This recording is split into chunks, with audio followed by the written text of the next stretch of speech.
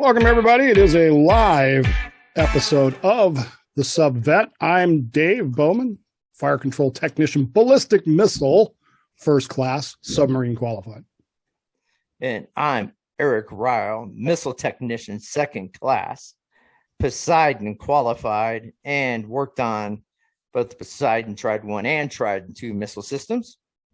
And joining us today, we've got Judd Spitzer. Spitzer? How do I say that? Spitzer. Yeah. Judd, tell us a little bit about yourself. Well, I was a fire control ballistic missile. Yes. First class. I made first at No2.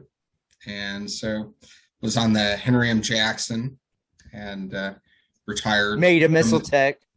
Well, yeah, I was forced into that missile tech world. And then I went in the reserves where they made me about 3 different rates before I eventually retiring as an IT-1 from the Navy. So I got out in the summer of 1991.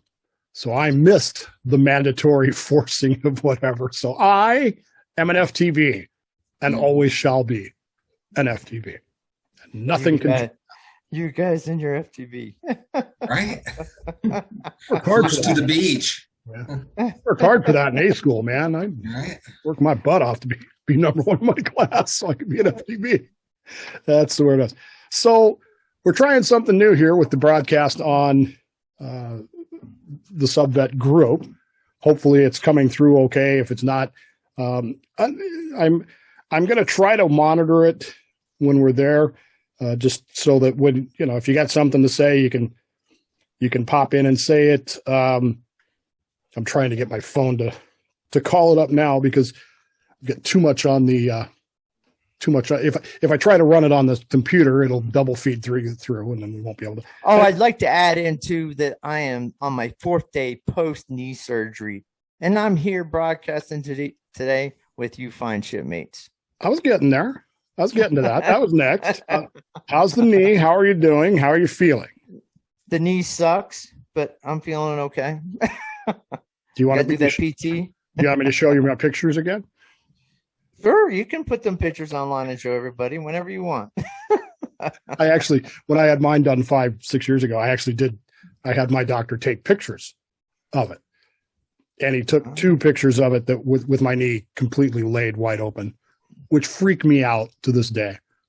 But I did put them on my page, my show page. They're actually on there, but there's a big warning that says, do not click on this unless you really want to see it. Because they're pretty disturbing. Yeah, it was disturbing. I saw it. It's very Terminator looking. Yeah, that your picture was. Anyway. Well, it's creepy because you start thinking about what they're doing. I mean, you said they cut out. They did that to me too. They cut out some of the bone, and then when you think about them hammering that thing in there, with the hammer, it's like, man. No, the replacement of the shoulder was far worse. The pain was a 15 on a 1 to 10 scale. It was just astronomical. So the pain's bad with the knee surgery. It's no paradise, that's for sure. But it's not as bad as I thought it was going to turn out to be.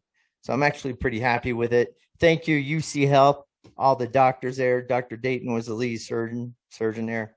Great team. I kept going to them, before they put me out. You got my back, right? Anesthesiologist, you got my back right there, nurse? Yeah, we got your back.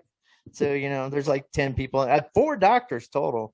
I didn't get all their names, but, great team. And I thank them for the awesome work that they did. So far, Judd, so good. So, Judd, to be a part of this, what on you is mechanical and fake? I had some surgery, but nothing mechanical or fake. Sorry that you can neither confirm or deny anyway. Well, that would be true.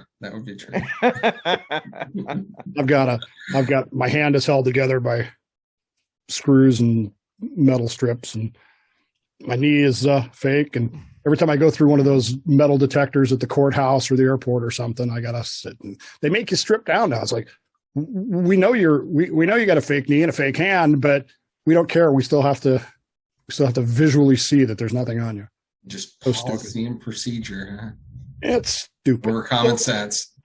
Yeah, there you go. So Eric is, as you can tell, sitting at home, bored out of his mind because he's recovering. And so he's texting me all morning. I'm at a USSVI meeting. He's texting me in the middle of the meeting. Can we do this? Which I forgot. Yeah.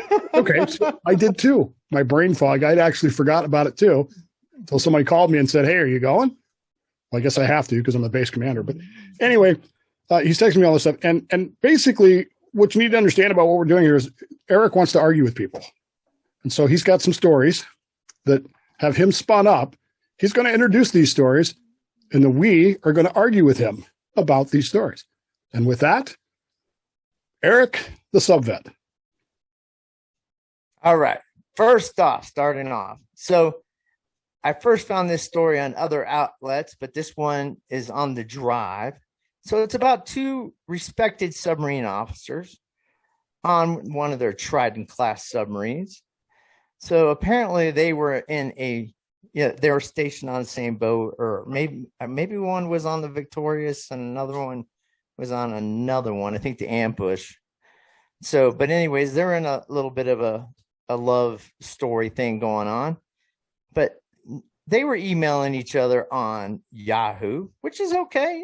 Email each other all you want. But these two highly respected officers who were up and coming, and one of them, female, was one of the first female nuclear submarine officers and was on track to become one of the first female submarine captains. So, but in said emails, on unsecured emails, they were sending submarine tactics, if you will, locations, information about ballistic missile submarines, and whatnot. Everybody should know that uses Yahoo or Gmail, and you shouldn't be sending military secrets if you're in the military anyways on that. But let it be known now that your email is not secure, period. Just know that now. Anybody can get a hold of read that. It's easy to attack it and get a hold of it if Yahoo and Gmail doesn't give it out freely themselves. So just know that now. But then we have these two officers doing that too. And then not too long ago, you had another British officer who was doing X-rated photos of a female enlisted officer, I believe it was. So I did two ops with, and Judd did too, because he was there same time, with the two British Trident submarines. And I had high respect on how they ran their boat. I kind of liked how they took their officer corps and they have it separated, where they have engineering and then they have warfare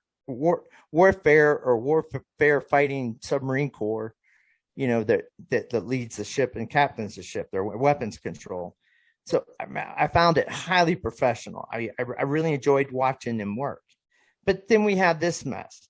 And, we certainly have our own messes too. So we had the recent Connecticut story too, where our officers are just kind of bypassing procedures, which Dave hates. And then way back in the day, I think it was 92, 93, the aviators, where they were doing some bad things to the female aviation pilots.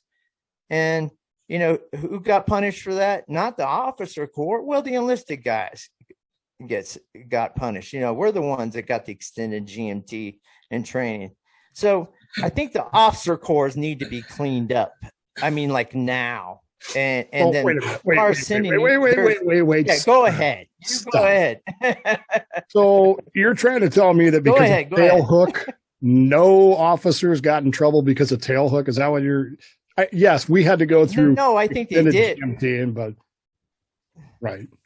But there's other things, Dave, going back probably far back as the 60s. I mean, it just seems like the enlisted guys get hammered on it more than, for something that officers do. Just my opinion. I could be wrong. That's because enlisted people are sly, devious, and cunning and bear watching at all times. Don't you know? Hey, that's really none of your business. So, look, what else do you want? I mean, the Connecticut CO, XO, did the XO get fired or was it just the CO? I don't remember. CO, navigator, somebody else. I mean, I think there are consequences, and I think just because they handle it differently for officers than they do for enlisted. Now, I'll grant you the GMTs that we had to go through for tailhook, which I was there just at the start of that. And some of those GMTs were just, okay, in our world, there are no women here in our world. What exactly are we being trained to do here was kind of the question. But well, that's where the resolution system came into play in the Navy with the red light, yellow light, and green light behavior. And we were watching videos that explained that, if somebody does this, how's your response and all that. That was the resolution. And actually, it was a really positive thing for the Navy at the time, because, like you said, none of us worked with women for the most part. You're on a submarine. We didn't have women on submarines at that time. But I can tell you, we had a guy when we were over there at TRF, and he got mad at some woman that worked at the shipyard that walked over his freshly done non-skid, and she walked right across his deck and basically told him to screw off. And what did he do when he saw her hat? He painted her whole hat with non-skid. Well, in fairness, he would have done that to me too if I'd have done that, right? So, right. It wasn't because it was a woman. It was because it was a person who disrespected him. Right. But, it's this whole sensitivity aspect of what people need to do and how to resolve it, and learning how to just deal with people when you don't like the behavior that they're displaying. Mm-hmm. And we're back in a world right now where people are disrespecting each other and don't know how to talk to each other. So, and getting worse by the minute. Do you think that's on purpose, or is it a result of, because I get this all the time, it's a result of the fact that social media has become so the internet allows for an anonymity that doesn't exist in the real world, but people seem to forget that they're in the real world, and they think, well, I can just say anything and there won't be any consequence. We had this happen today in our USSVI meeting. We had a conversation get out of hand really quickly. It escalated very quickly. And for the first time in my premiership as the, dictator of the USSVI Bremerton base, I actually had to gavel the meeting back to order. So it was strange in some ways, but then again, is this just the way the people are? And the weird thing is this example doesn't work because the two guys that were involved with it, neither one of them use social media extensively. So my question still stands. Is it a cultural thing? Is it an individual thing? Well, it's a cultural thing. I think times have changed. Getting into our third topic today. I don't want to get into that yet, but and we had Internet 1.0, where Internet was where everybody was anonymous. Discussion was open. There was no social media per se. So, and there were some pages that you went on and announced who you were. What was that one before Facebook? I can't remember the name of it. MySpace. MySpace. It was real popular. But other forums, you had AOL before that. Yeah. You had America Online before that. We've had online. Yeah, but you can make your name anything you wanted on America Online. You didn't have to say who you were. That's true. You're right.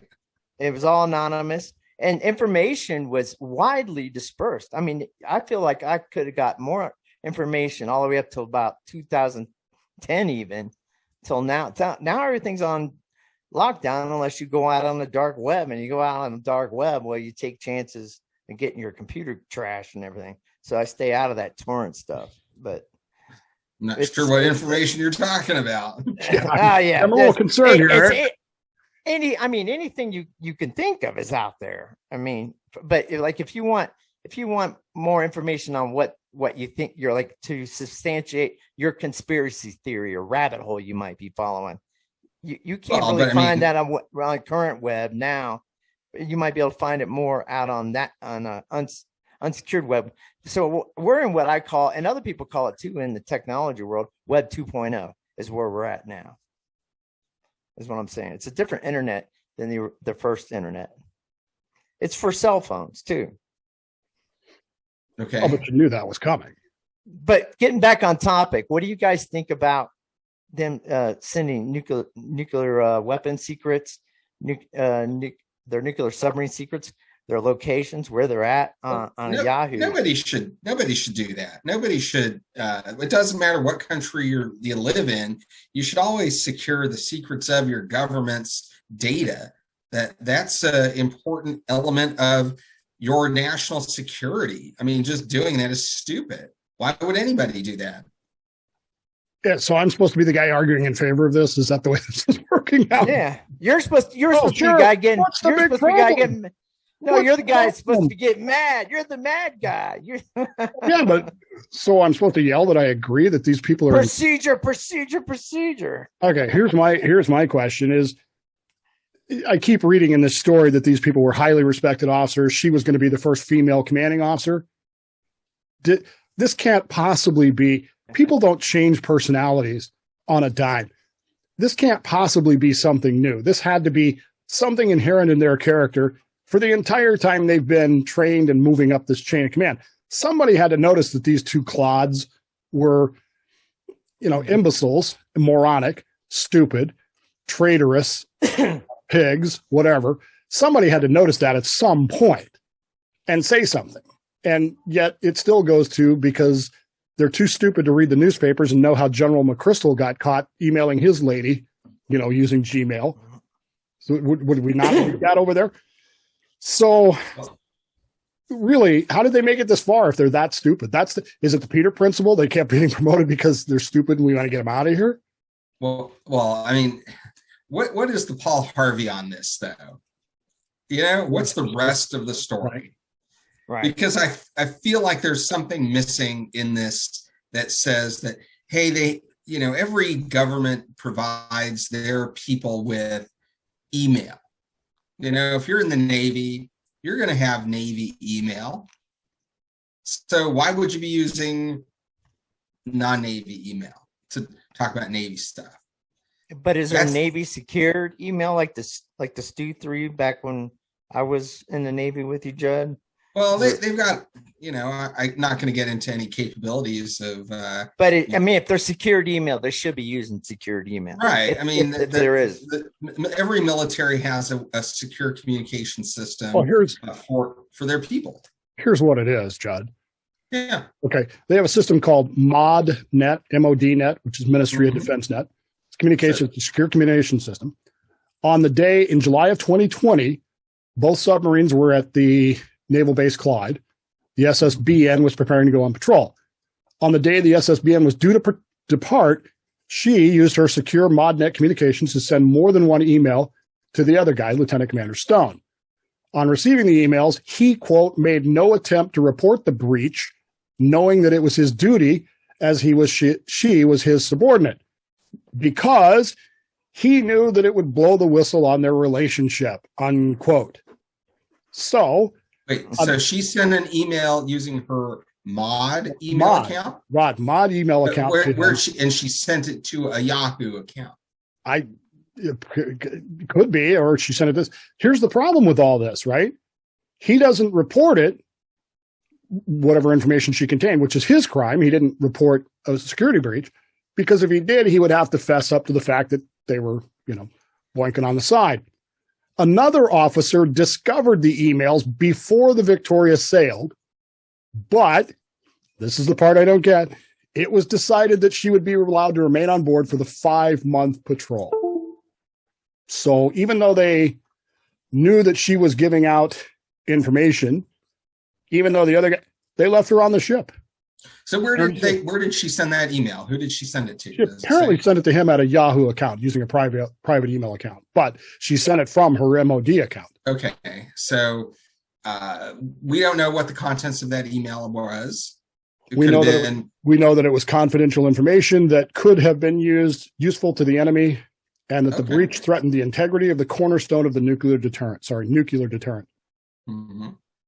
Which goes back to, and it did say Yahoo email in the Drive article, But that goes back to, anybody can get a hold of that information. So now they just compromise the mission of both those submarines and whatever else they discussed.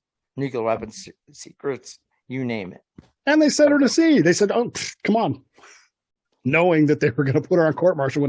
How'd you like to go on a 5-month patrol, knowing that when you got back, you were going to go to court-martial? Well, those submarines, it's not easy just to go, oh, hey, let's put another person in that place. Submarines go to sea. They don't go with, 30 extra guys that sit around, being no-two riders. Look, I get that, but how hard is it to say, we got other SSBNs in the fleet and they have off crews and we can delay 3 or 4 hours the next tide, whatever. And because I've seen that happen here. I've seen an FTB be told you're going to sea tomorrow on the USS because they've lost somebody. And right. I mean, we don't know their tempo. We don't know what their mission was. We don't know what the criticality of their manning structure is over in the UK. There's a lot of factors that we don't really know why they would have sent her to sea. So I don't know. We could second guess it and say it's all bullshit. Excuse my language, but what we do here. That's what we do. We second guess the Royal Navy. How could the Queen allow this? It's the Queen's fault. Well, ultimately, right? All right. Her Navy says it right down there. Her Royal Majesty's ship. All right. I got it. But it does bring up concerns too for our own forces too, and not just. It's not just putting on officers. I'm kind of wrong for that. Well, I am wrong for that. But we got crews with access to email before they leave on patrol, and they're writing home to mom and dad or to said girlfriend.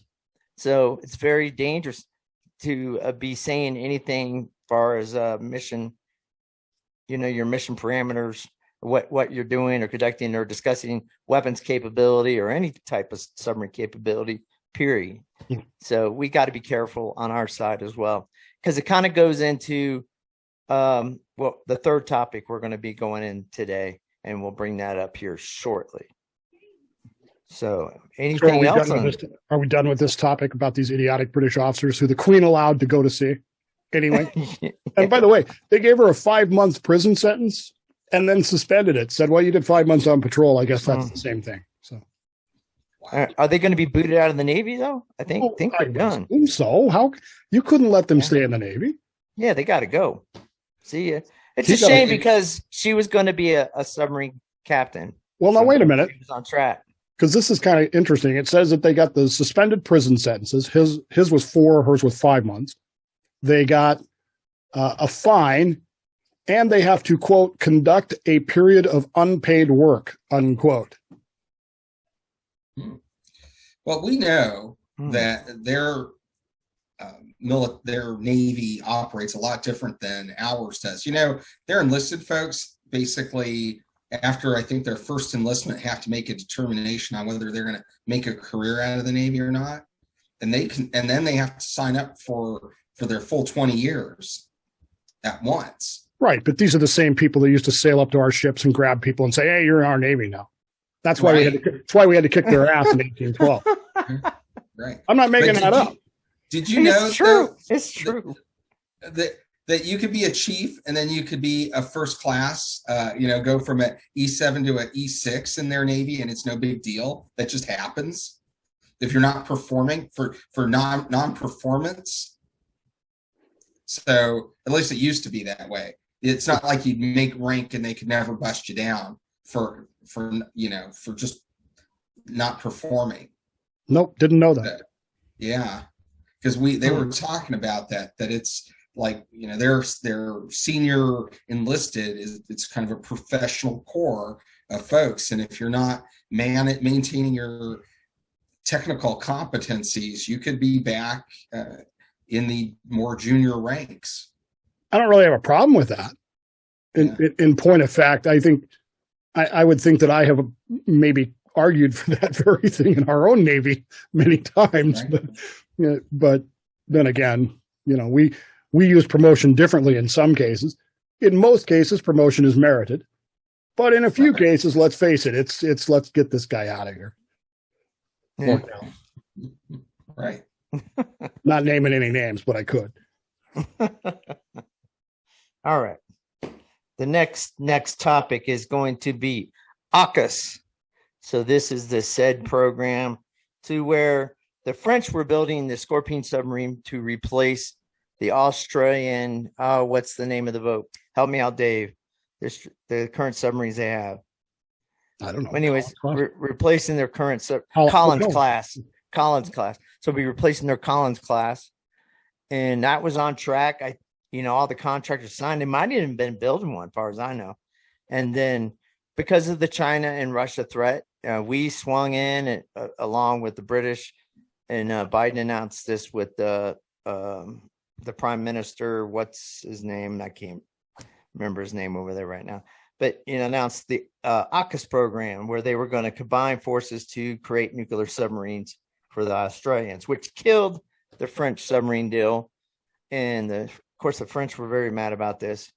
But the point is we live in a time where things with the stuff going on in Ukraine, and the last topic we're going to be getting into, the war could be coming sooner rather than later, like in months to a year.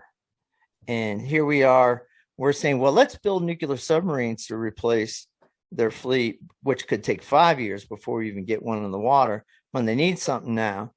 And it's my feeling that we could have built, and the French Scorpion submarine currently does not have this capability, but there was a P-95 Indian submarine that they were planning, which would have took the French Scorpion and put AIP capability, which would have made it more of a blue water boat.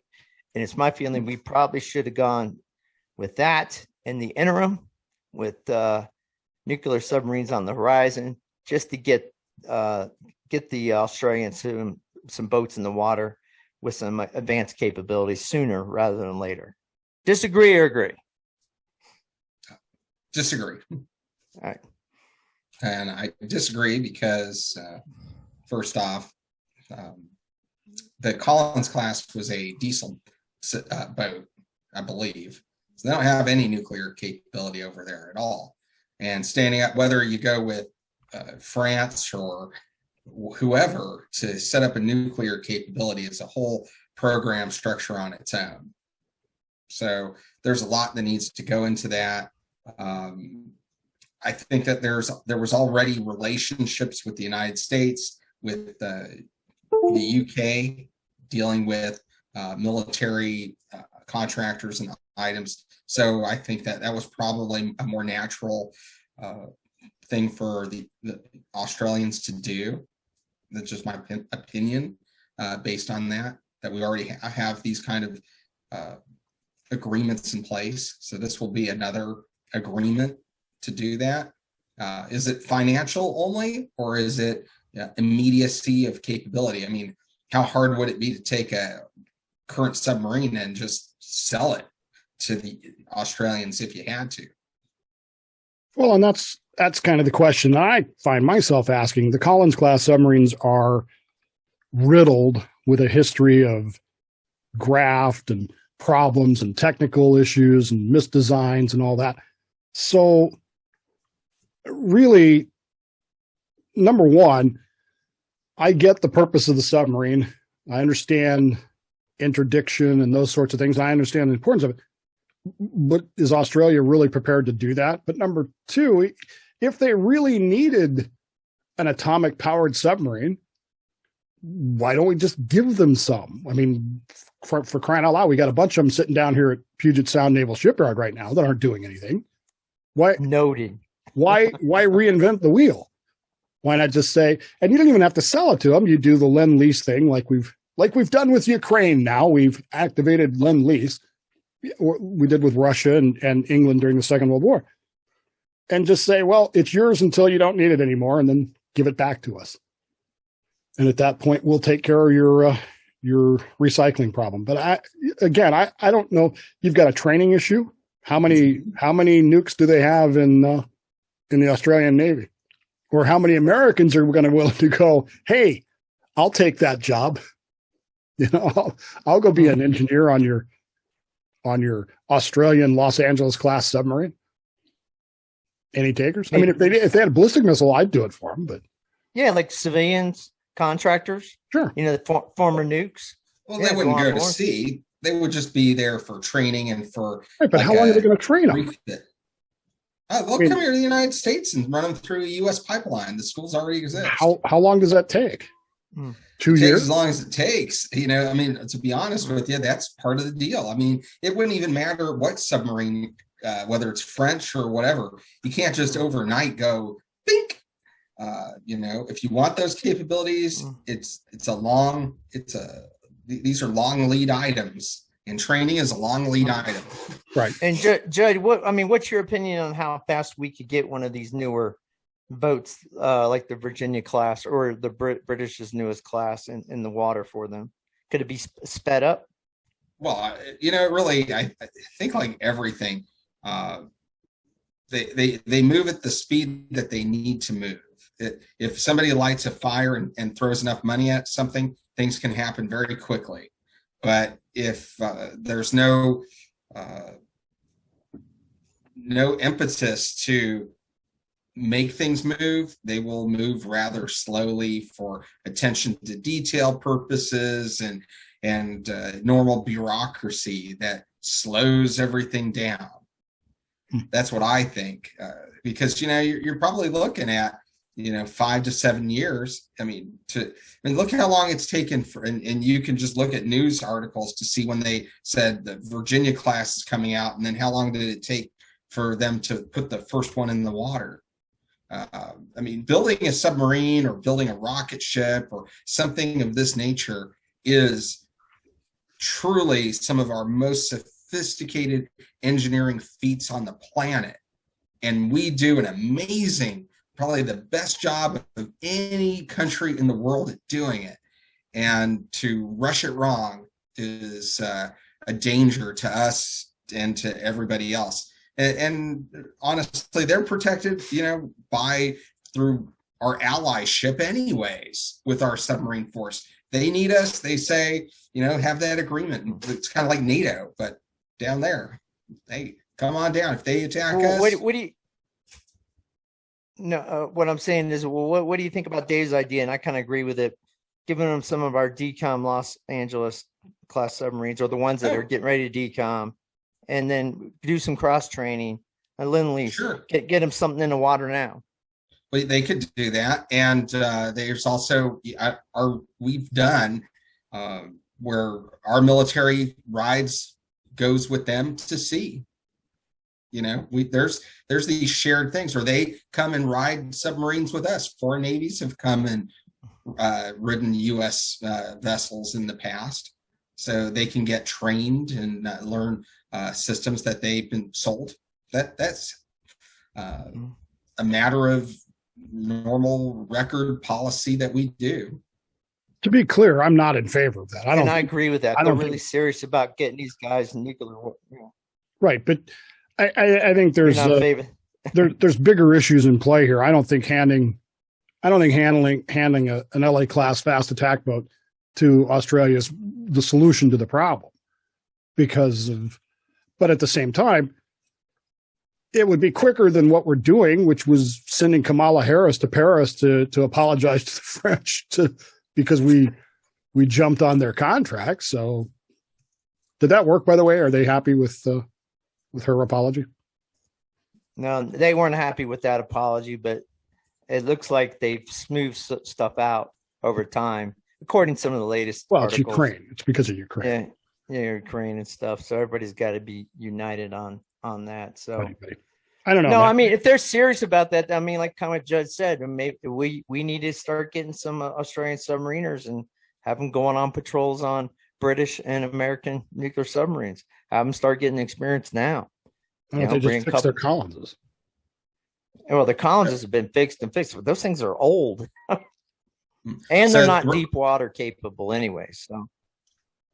So they're saying that these submarines are not going to enter the water until the late 2030s.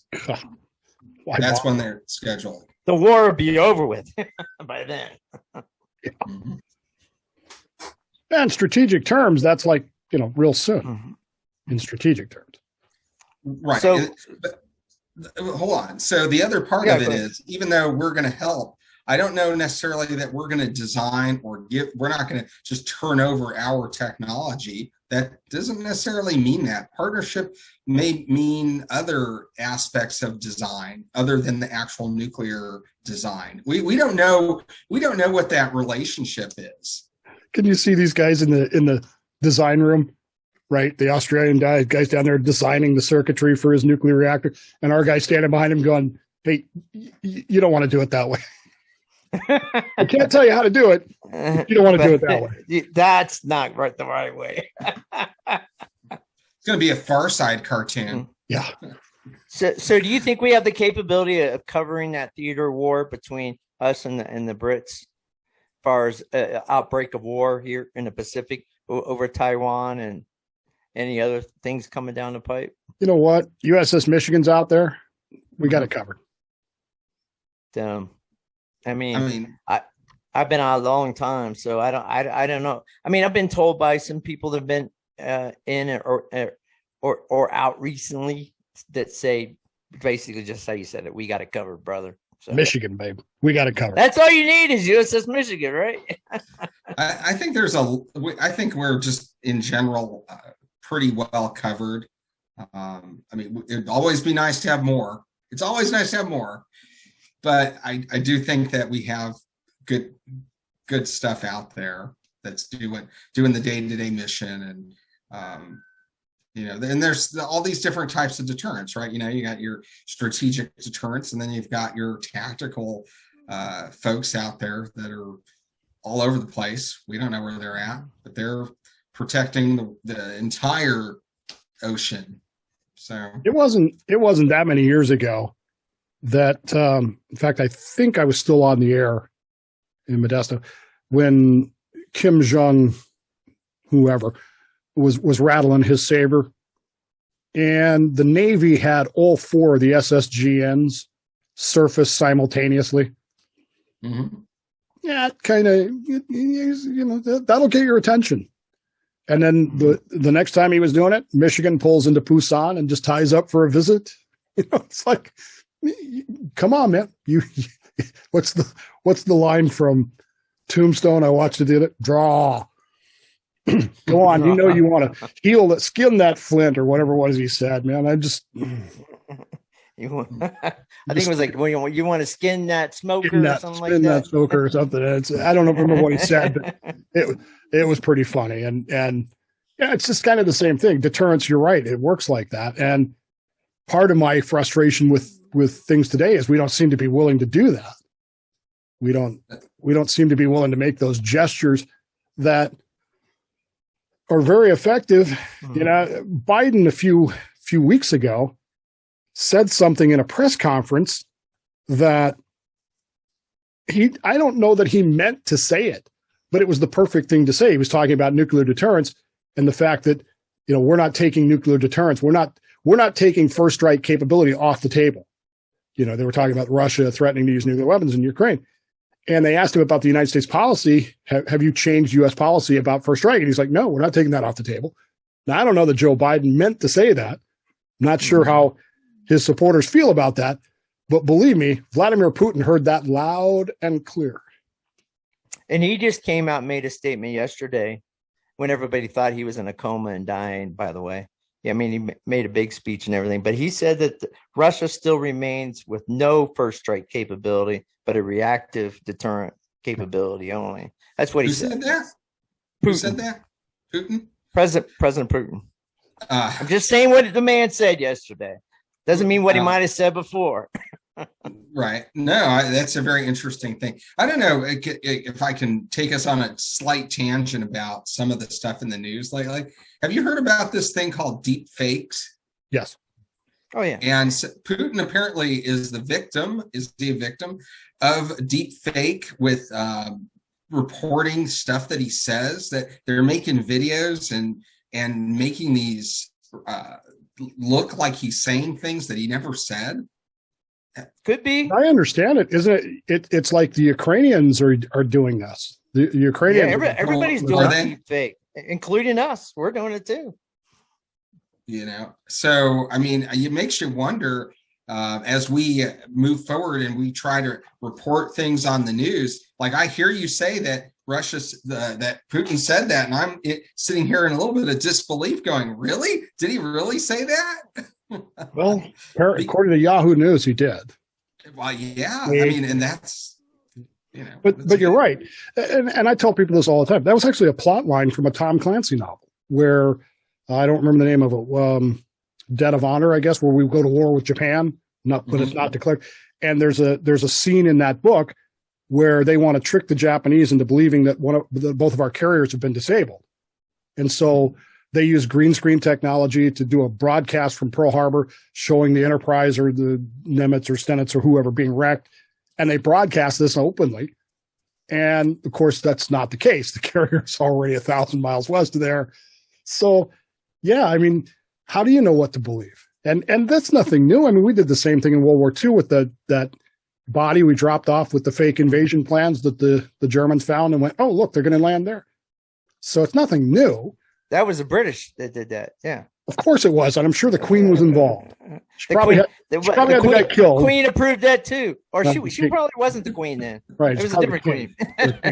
She probably had him executed and used that. Anyway, because they're like that, But, you're right, Judd. I mean, how do you know what to believe? And it's the hardest part of, even what I do on a daily basis is how do you know something to be true? Because the world has changed in my lifetime. The world has changed, and I'm worried about it because, Christ, my wife sends me TikTok videos all the time. Watch this TikTok video because it's funny. Really? Because I don't get it. But then I see TikTok videos of people speaking and people doing things. This war. Oh my God, this whole war on TikTok. And now we're finding out that most of that stuff is fake. Hey, you know what? I'm on dating sites. Trust me, I know all about fake. That's awesome. Oh my God, I don't even know what to say to that. Keep trying. I met my wife. Well, I re-met my wife. I met my wife really in 1986, but I re-met her on Facebook. So, and then so it does work. That's awesome. You can always try church. Let me get a filter picture to put on Facebook. This angle here. Oh yeah. Here's one of me with Bigfoot. Yeah. My friend Bigfoot. Hey, Bigfoot is real. And birds are not real either. Birds are real, not real.com. That's a website. Exactly. Birdsarenoutreal.com. But okay, let's get back to because I took us off the topic, but going back to Putin saying that doesn't have a first strike capability. Well, I mean, that's like saying that, hey, my gun in my pocket's not a first strike capability. Oh yeah. Does he? Yes. Of course. Come on, really? If you got a gun, you can shoot it. Right. So shut that up. Which is the thing we say. I mean, we'll never use first strike, but you and I know that first strike isn't just a concept. So there you go. That's all I'm going to say. Going back to the Bigfoot thing for just to wrap that up. Yeah. I love Josh Gates. I love Expedition Unknown, but geez, 4 episodes of hunting for Bigfoot. And here's the big reveal. Here's the big reveal. They didn't find him. Of course they didn't find him, and they never find him on there. Back to the main subject. Sorry. Hey, we got a Bigfoot tour place out here, right? Going out was it 285? I'm trying to remember, Bigfoot Adventures or something. He'll take you out in the woods for I don't know, $1,000, some ridiculous amount. And do guaranteed to at least hear Bigfoot. Not I saying thought you said Bigfoot was taking you out there for $1,000. I was going to say, at least hear him. If not, maybe see him, but you'll at least hear him, which means, I don't know, maybe somebody works for him, runs off in the woods and makes some noises. I don't know. But Bigfoot's real. Did you hear that? Did you hear that? What's that? Did you hear that? No. Bigfoot, man, he's in the backyard. Oh, yeah. Oh, I heard those knocks. We got to knock back. What's next? Okay, next on the subject. Basically, are we already at war and been at war for maybe a few years, maybe more than that, longer than that, due to a topic which we're going to cover next, which is asymmetric warfare. So let's pop up a little definition of asymmetric warfare. Asymmetrical warfare, unconventional strategies and tactics adopted by a force when the military capabilities of a belligerent powers are not simply unequal, but are so significantly different that they cannot make same sorts of attacks on each other. So we've seen throughout history how smaller or weaker military powers have won battles or even wars over the thousands of years using asymmetrical warfare. So some of the asymmetrical warfare that could be, may or may not be used, and some would call conspiracy, is political control or subversion of our politicians, subversion of government, and then you have subversion of our finance, crashing our finance, control of our communications and internet. So we call it the mainstream medium, media, where they're all saying the same thing at the same time. Right now, what we have too is we have food production plants and food processing plants burning down all over the place. Go on, you can Google it, and you'll find story after story going back for months. Right, you can Google it, but we just talked about how do you know just because it's on Google, does that make it true? Yeah, but this is a part of a warfare element. So you limit economic activity, which seems like that's what we're doing. We're going into an inflationary period. And then you've got control of the weather. Weather control has been going on since Vietnam. We signed a treaty in Geneva that the governments wouldn't be doing it because multiple governments were involved in weather control. But now weather control has gotten more extensive where they can make drought, where they can create storms. So there was a Dr. Irving Lagamore back in the 50s, Nobel Prize winning physicist and pioneer in rainmaking, who had worked with Dr. Vincent J. Schaefer during those experiments conducted by General Electric's research laboratory. Rainmaking and weather control is as effective as the atomic bomb in warfare. So what do you guys think about asymmetric warfare? Is it happening now, and has it been happening? Anybody? I think that's a loaded question. Are you referring to, when you say, is it happening now? Are you referring to Ukraine? Are you referring, what do you? Yes, all of it. I think a lot of it's happening in country. My feeling is because we've seen hints or even some conspiracy notices on the internet that there's a proposal of, and I haven't seen anything with Russia. I'm thinking you might have said Russia might have been involved, but with an invasion on the West Coast slated for November, coming in from California, Mexico, and through Canada. Never said that. I've never said that. Hey, I never even thought that. Okay, in fairness, my grandfather would have told you that the reason that Eisenhower built the interstate highway system was so that when the communists land on the West Coast or the French land on the East Coast, we can move the army back and forth real quick. And I've always known that too. I mean, it's not a great, everybody's knowing that. That's why Eisenhower saw those highways in Germany, and that's why he built them. They're required to have certain lengths that are straight to be used as landing strips. That the interstate is designed to be airfields throughout. Right. So when the commies land on the West Coast, we can shift the army out. Look, are we at war? Hell yeah, we're at war. We've spent $54 billion in the last, 6 months on a war in Ukraine that we're not even technically on the ground. No, true. But that, look, I'm a firm believer that's going to end pretty soon because I've said this on my show. I will continue to say it. I know people don't like to hear this, but Russia's winning that war, folks. They're not winning it brilliantly. They're not, Heinz Guderian rolling the Panzer Blitz through, but they are winning. And eventually it's going to get to the point where the Ukrainians are going to say, look, we don't need any more money. What we need is help. And at that point, what's the United States going to do? What's NATO going to do? Are we going to say, yep, roll in the tanks? Or are we going to say, well, you're just not worth it?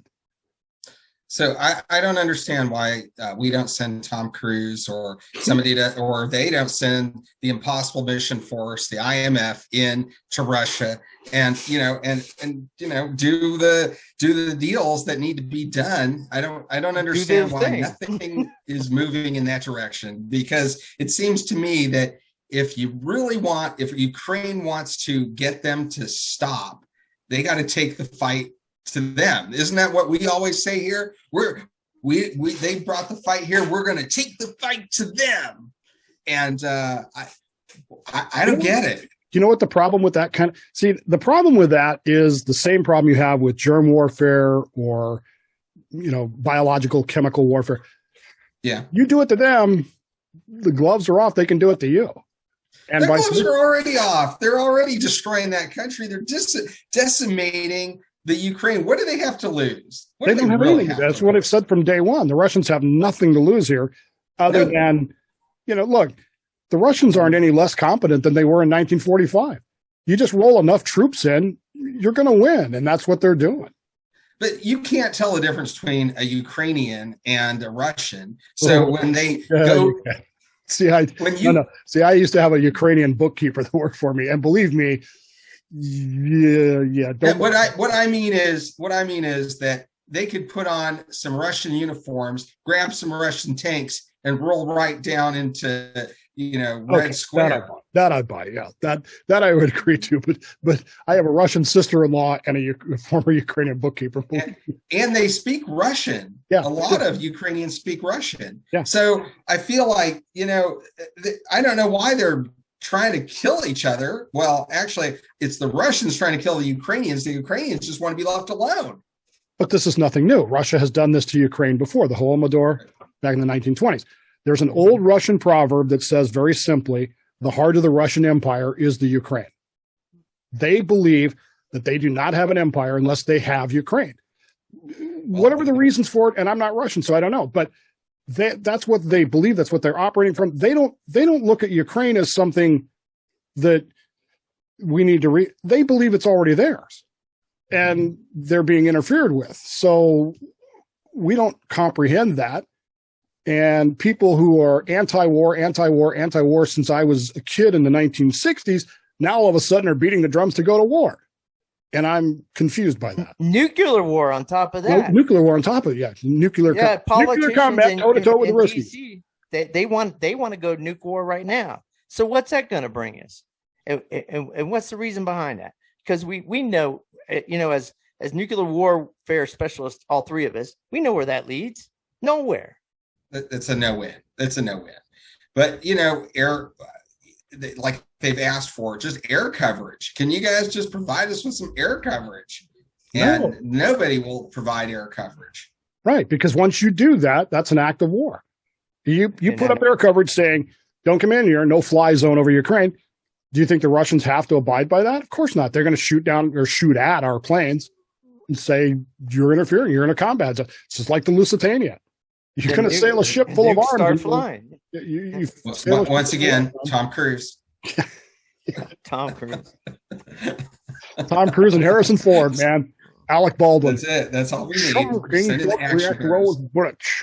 But I say that jokingly, but that's the way that we as Americans know and think about how to solve our problems is through our movies and that sort of thing. We kind of think that's those are real scenarios with real stories with real outcomes, and we think that that's what goes on behind the scenes. But like you're saying, that there's a reality, and the reality is everything we do has consequences, real consequences. I call it Tom Clancy disease. Yeah, people read Tom Clancy novels and they think that's how things work. Mm-hmm. Back when the Fitzgerald collision happened, I was doing the show, and I must have gotten 100 text emails. This had to be a terrorist attack. This had to be a Russian hack. This had to be this. Why? Because, there's no way with all that equipment that this could happen. Well, you're assuming that all this equipment, A, works right, and B, that the people on the ship are competent using it, which I don't make that assumption because I've been there, and I'm telling you. And what did it turn out to be? Same with the Connecticut. we have all these crazy theories about what they might have been doing or this, that, and the other. What, the Chinese rammed them with a submarine. What did it turn out to be? It turned out to be people not following the damn procedure. And there's my Dave. Anyway, point being. So also, well, I just want to say also in that speech too, but I just want to bring this up real quick. I'm sorry to interrupt. Yeah. But also in that Putin speech, he also said to be aware that, as the gloves come off, if NATO gets involved and this thing goes critical or crazy, the war is coming to American shores. To think we're sitting behind our TV and playing video games, fat, dumb, and happy, listening to what mainstream media feeds us, that we're going to be safe. Well, that's a little bit out there. That's where I'm going with that. And also with everything else that's been going on, our food processing plants burning down. I posted a bunch of stories on my Facebook group, or just my Facebook under my name, how many places have been burned down here lately. And all the other droughts in Lake Mead. There's no water. They can't even draw water out of there. Could that be weather warfare? I mean, there might be already softening us up. So there's a lot to worry about. We keep pushing this Ukraine, sending billions and billions of dollars when the money's needed here for hyperinflation. I mean, we're giving them arms after arms. Many, and the number one thing our politicians want to do is take away our arms while giving them arms. So it's crazy town. So I've said my piece, as you were. Carry on. You were about to say something, Judd. Oh, yeah. I was just going to talk about the misinformation on submarines. Do you remember when Pierre Salinger claimed that a submarine to air missile was launched in the Long Island Sound to knock out the Egyptian airliner? Yep. I mean, this is the kind of cuckoo that we have to deal with, and that guy's super respected journalist, and he heard it from his credible source. Well, and who's the radio clown? I hate him. Hal Turner, who runs his show. A couple of years ago, he comes by the house all the time. A couple of years ago, running a whole story about an American nuclear submarine has been sunk off of Alaska. He has no evidence of this whatsoever. Nothing. But he riles people up. He's scared half. It was, as I recall, it was the Connecticut he was claiming was sunk. And of course, now you get families up here that are all panicked because somebody hears a rumor. They don't even hear the actual show. They just hear the rumor that this guy said that I'm so tired of that crap. I really am. And I'm just tired of he's been making money doing that since the 90s, right. Dave. But all that contributes to my theory about radio, which is the way you make money in radio is you be batshit crazy. But anyway, the point being of all this, that it's on Google. You can Google this, but that doesn't make it true. And so just see, this goes back to what you were saying earlier about, Eric's got all these things that he's concerned about. And if they're really happening, they're certainly concerning. But are they really happening? Well, I pulled up local news stories you're broadcasting. Could that be fake? Could a local news story be fake? I don't know. I lived in California for 20 years. Believe me, I can talk about droughts all day. That doesn't surprise me in any way, shape, or form because I know the abuses and misuses of water that are going on in the American West right now. And people would be shocked by it. You would be blown away if you understood how poorly water is managed, both in California, which is, of course, the river that leads to Lake Mead, Colorado, Nevada, those areas. It's appalling, but nobody cares because, well, as long as my internet's still working, as long as my electricity is still on, as long as my food keeps coming, my DoorDash guy keeps delivering, what difference does it make? Well, there are consequences for actions and for inactions, whether it's warfare or maintaining your environment properly. And that's part of the problem. I think we're so politicized now that we can't even talk about it because if we talk about it, then, oh my God, you're wrong. Get taken down. Well, think about it. As submariners, you realize that 75% of the Earth is covered in water or more, but of all of that, less than 1% is drinkable water. Right. But you also know as a submariner that desalinization is a doable thing. Why aren't we building those plants? Do you know why we're not building? I mean, it's off the subject. You know why? Because they take electricity, and energy is the biggest issue for doing it. So what's the best form of energy to provide for a desalinization plant? Solar, or really at this point. I mean, you could do nuclear. Right. And so what's California's nuclear? What's California's solution to this? Let's decommission the nuclear power plant at San Onofre. Yeah. I've driven past that many, many times in my life. So. Yep. Me too.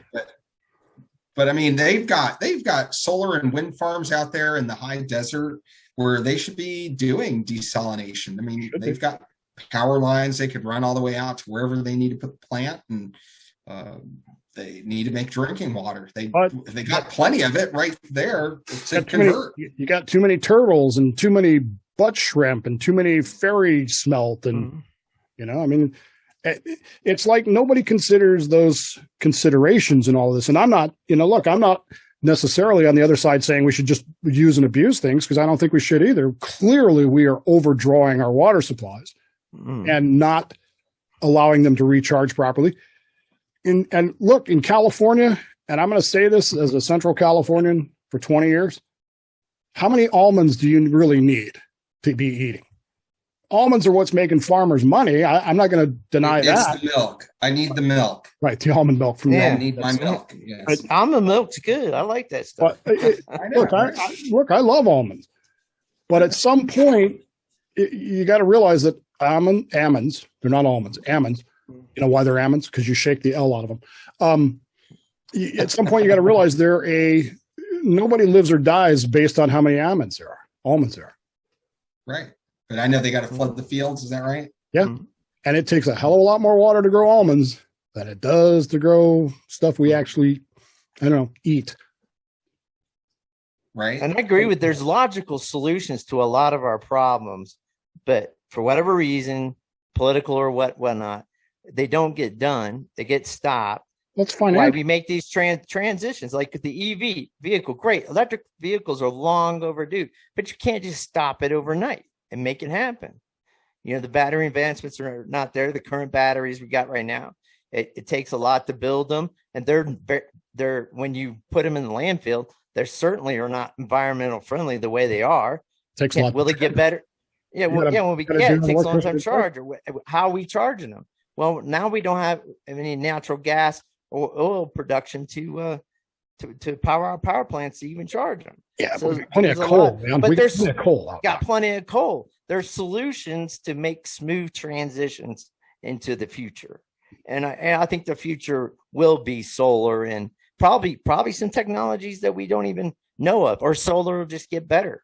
But right now we got to use what we got, and we got to use it responsible and make the transition smoother with logical solutions, like kind of like we're discussing now. So do you think the real problem is we just have too many people on this planet? No. Yeah, that's what the globalists say. Because I mean, you have to provide food and energy for all those people on the planet. And when 30, 40 years ago, there weren't this many people consuming all of the things that we are consuming these days. Well, most of the people on the planet are not consuming everything like we are in first world countries. Most people on the planet don't even have electricity. So You got to think about that. So, but I mean, in the United States, what was the population of the United States in 1980? Yeah, we're exploding. But you're scaring me, Judd, when you're saying there's too many people. What's your solution for that? Well, we already sent one of those solutions out, but it didn't work. If you want a conspiracy, we're not even going to go down that pipeline.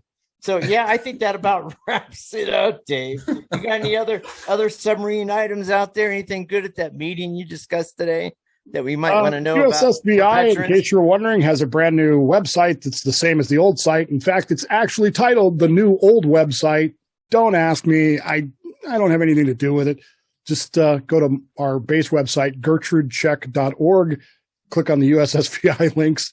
The new link is right there. And so if you need to get to the USSVI website, it's there. because I've been wondering when that was going to get fixed. Of course you have. Everybody's been wondering. Yeah. 20 years people have been wondering. Yeah, it's good news. Good news. You should see the email that they sent out from National. The new old website, using the old new website, is going to be live on maybe August, maybe December. We don't know. Well, maybe Dictator Dave Bowman needs to get on the phone and light a fire. I want nothing to do with it. I want nothing to do with it. You don't want to be the national commander? No.